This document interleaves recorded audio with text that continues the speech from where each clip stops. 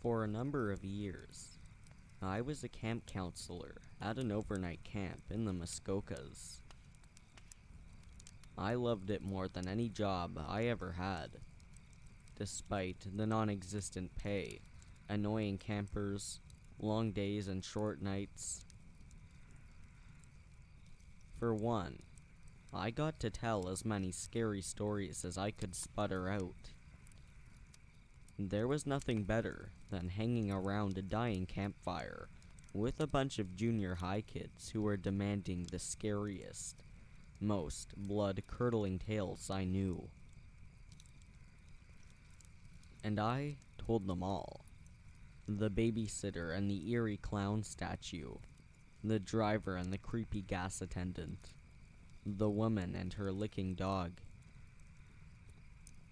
I saved my best stories for the overnight trips we made in Algonquin Park.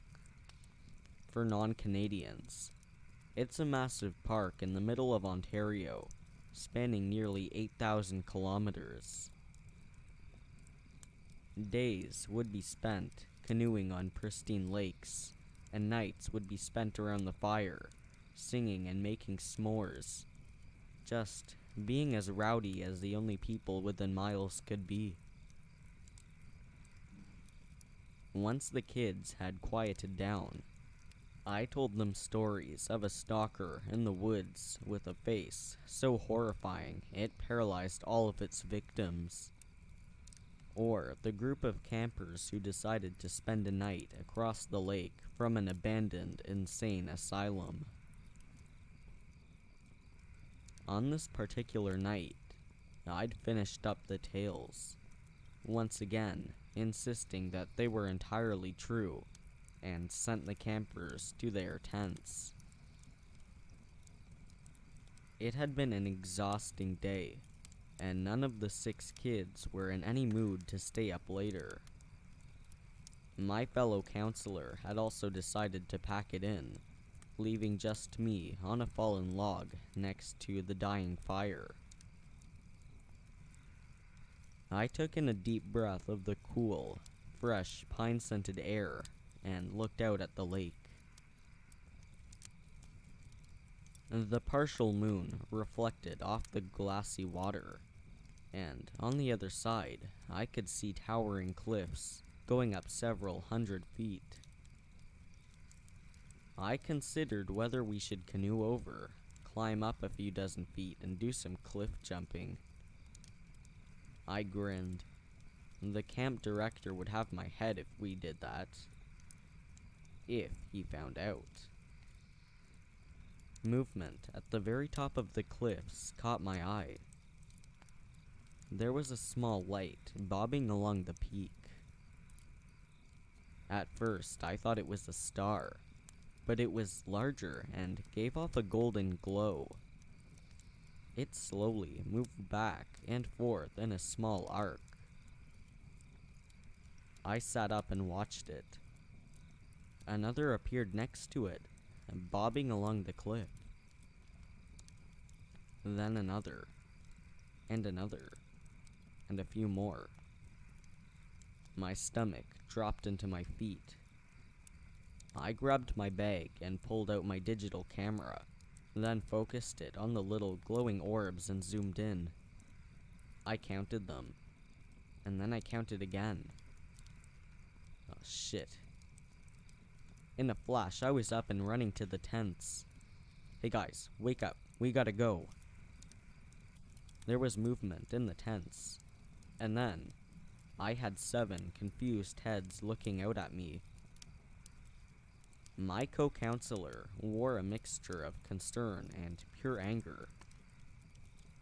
I hate to do this, I continued, but the clouds, they look really threatening.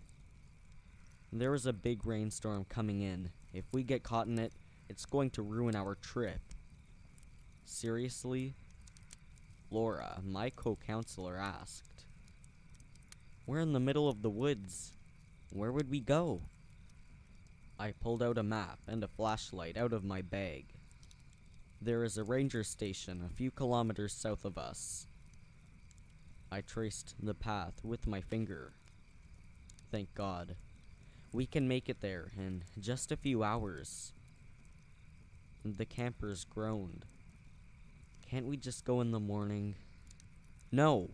I shouted, my voice echoing across the lake. I lowered it. Come on, let's get packed up and go. I'll tell you a story along the way. I smiled, though I could feel my lips quivering. It's my best one. That seemed to get them going, and within 10 minutes, the tents were packed up and we'd begun our trek into the deep woods, with small flashlights as our only guide. When I was confident we were moving at a steady pace, I allowed myself to relax and began to tell my favorite campfire story. Centuries before the European settlers made their way into the country, it was inhabited by First Nations people. They had made the trip across Western Canada, following the migration patterns of large animals such as buffalo and bison. Eventually, they reached Ontario, at which point they split off into smaller groups of travelers, each searching for a section of land to call their own. Legend has it that one group, consisting of about 20 men, women, and children, had ventured through this very area in search of a place to call home. Though it wasn't even the end of October, the weather had made a turn for the worse, and as the group journeyed around the lake, a fierce blizzard hit. Within an hour, the group found themselves in blinding snow and below zero temperatures. The clothes they had on them were made for the fall, not the sort of weather, and there weren't any Canada Goose jackets around back then. But they pressed on, because, well, they didn't have any other choice. Night was falling as they reached a cliff, which towered over a cold, choppy lake. There was no stopping for this group. They would die if they didn't make it past the cliffs. But with darkness setting in and the snow falling even harder, visibility was almost non-existent. So one of the elders had an idea. Using the little kerosene they had left, he lit a lantern for each of the travelers and had them carry it in front of them. Not so that they could see the cliffs, but so they could see who was in front of them, allowing them to follow each other across the narrow bluffs. With the strongest of the men leading the way, the group began to cross the cliffs. The freezing, wet snow soaked every bone in their body. The harsh wind chilled any exposed skin and threatened to push them right off the rock. Their path was no more than a few feet wide and would have been slippery to even the best of hiking boots. Slowly, painstakingly slowly, they made their way up off the cliffs, praying that whatever lay on the other side could shelter them from the intensifying storm. They were about halfway up, hundreds of feet above the lake, though it was well out of their vision. In fact, all they could see in this blinding storm was the lantern in front of them, acting as a beacon to guide their steps. If the light moved up, they moved up. If it went down, they moved down. Each of the travelers was almost in a trance, caring about nothing but the glowing orb a few feet away. For the leader, though, there was no such luxury. He moved forward blindly, feeling along the cliff with his free arm, though his skin was so numb he could barely feel anything. As the path wound back again, he made a misstep and lost his footing, just as a gust of wind blasted his back. He desperately grasped for the hold, but his frozen fingers couldn't get anything. With a terrified scream, he slipped off the cliffs and fell into the icy, black lake.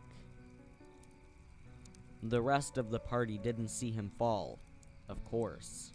All they saw was his glowing orb dropping away from the bluff and disappearing into the darkness. There was no time to mourn. They continued on, but the storm was worsening.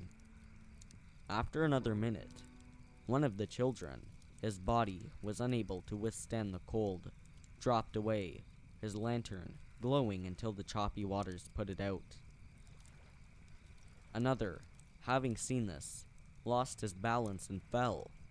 The pattern went on until there were just 5 people left, fumbling along into the darkness, following the light in front. As hard as they tried, the cliffs were unforgiving. The remaining men fell down to 4, then 3, and 2, and then there was one. There was one just left, who legend says cursed the earth as his legs slipped and he plunged hundreds of feet down, his lantern, the last one to be extinguished. Of the 20 members who tried to overcome the cliffs, I finished, none of them survived. They say that sometimes when conditions are right, you can see the orbs along the cliffs, symbols of the lost travelers who will never find their homes. As the story ended, leaving the campers in an eerie silence, I saw lights up ahead. A wave of relief poured over me. We picked up the pace and found the ranger station bursting with activity, with a dozen people running around, loading up trucks and shouting into radios. The wind was beginning to really pick up, and I heard thunder in the distance. "Hey, you kids!" A large, blurry man with a full beard and a mustache ran up to us. "Get in the trucks, we don't have much time." Laura and I led the kids to one of the pickup trucks. "What is going on?" I asked. "Didn't you hear?" Another gust of wind. "Huge storm systems heading straight for us. Already been tornadoes touched down. We're getting everyone out of here. Let's go." We all climbed into the truck's bed. I collapsed down, feeling like I'd just been punched in the gut. The ranger climbed into the front, and we took off down a makeshift road. My head was spinning. It wasn't possible. How? Laura slid next to me, keeping her voice low. "How did you know we had to get out of there?" I looked over at her. My face felt empty of any blood. I saw the lights. "What? No," she gasped, and then caught herself. "How many?" I took a deep breath. 8. She looked around at all the campers, who were now lying against each other, asleep, despite the bumpy road. "That's all of us. My God." I nodded and leaned against her. Laura had heard the traveler's story before, and she knew that I'd left out a key bit of information. The lights were real, but they were never random. If they were shining, bobbing back and forth, swinging in a small arc, it was because they had a message. A warning. One light would shine for each person who was about to die.